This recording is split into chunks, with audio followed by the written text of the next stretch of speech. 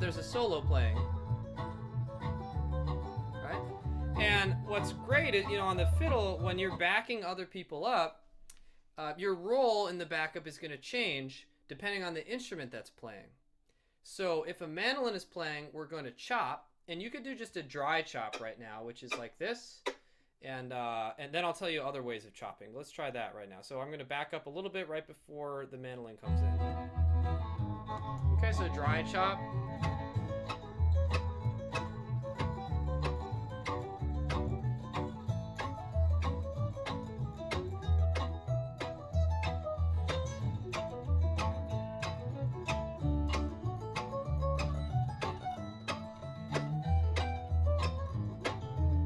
Yeah. And then it would go back, you can go back into melody there. So, but let's just talk for a second about how to accompany a mandolin, right? So basically what you're doing is you're trying to imitate the sound of a mandolin, and they have this role of the backbeat or the chop. So there's a couple ways of doing that, and it's largely based on personal preference, actually. So, but let me, mention the couple ways of doing that. So what I was doing is what's called the dry chop, which is actually the latest evolution of the chop, and it's actually no notes. It's just a clean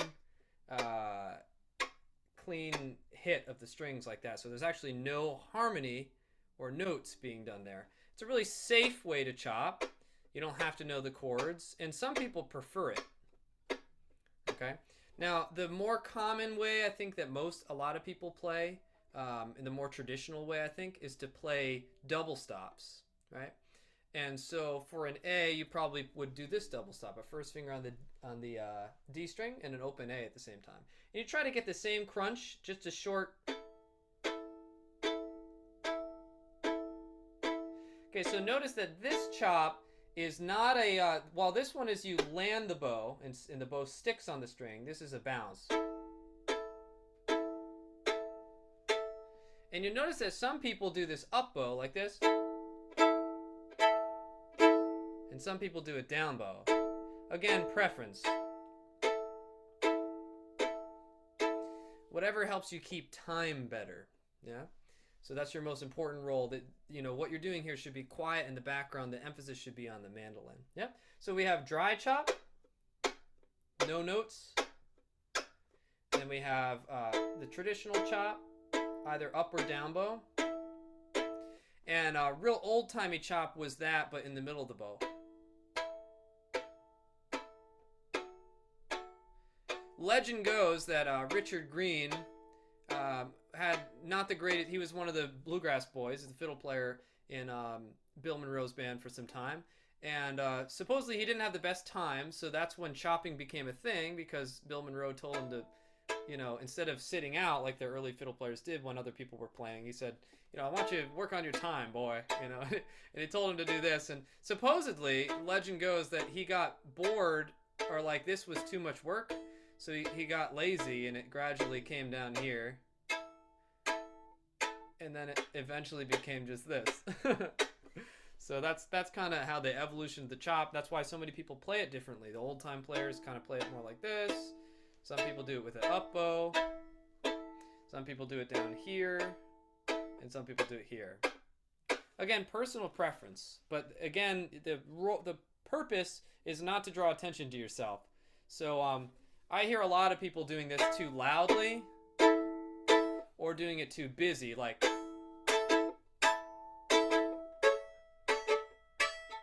Because they think it's about them. You're really supposed to be in the background. There's a mandolin solo, right?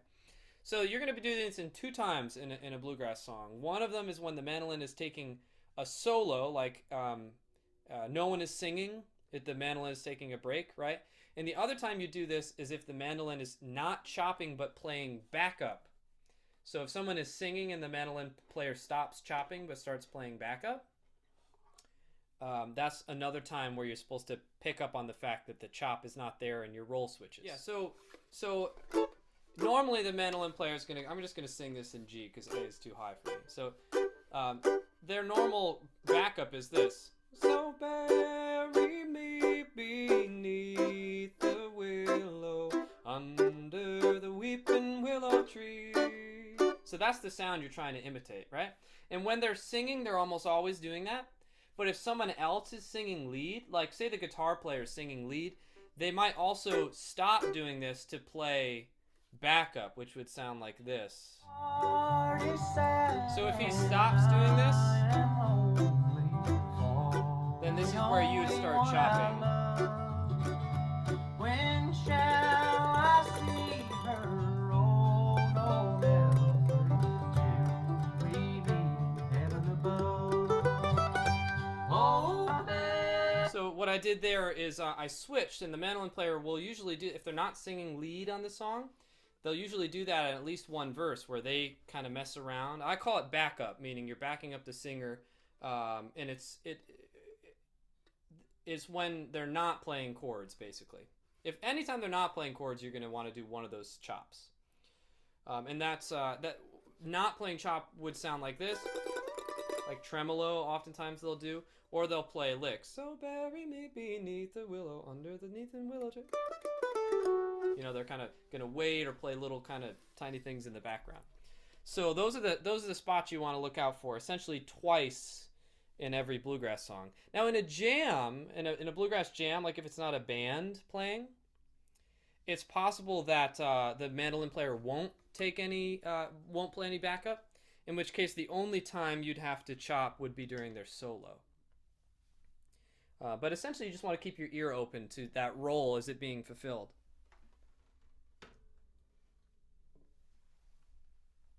I also find myself chopping, if there isn't a mandolin player in a jam, I'm going to do a lot more chopping as much as I can. Sometimes instead of doing fiddly things, I'll play my fiddle more like a mandolin if there's no mandolin in a jam, which is pretty uncommon. There's a lot of mandolin players out there. You could also get a mandolin, which is a good instrument to have, and contribute that. But the last thing you could do is actually, some fiddle players actually play mandolin chords on their fiddle like this.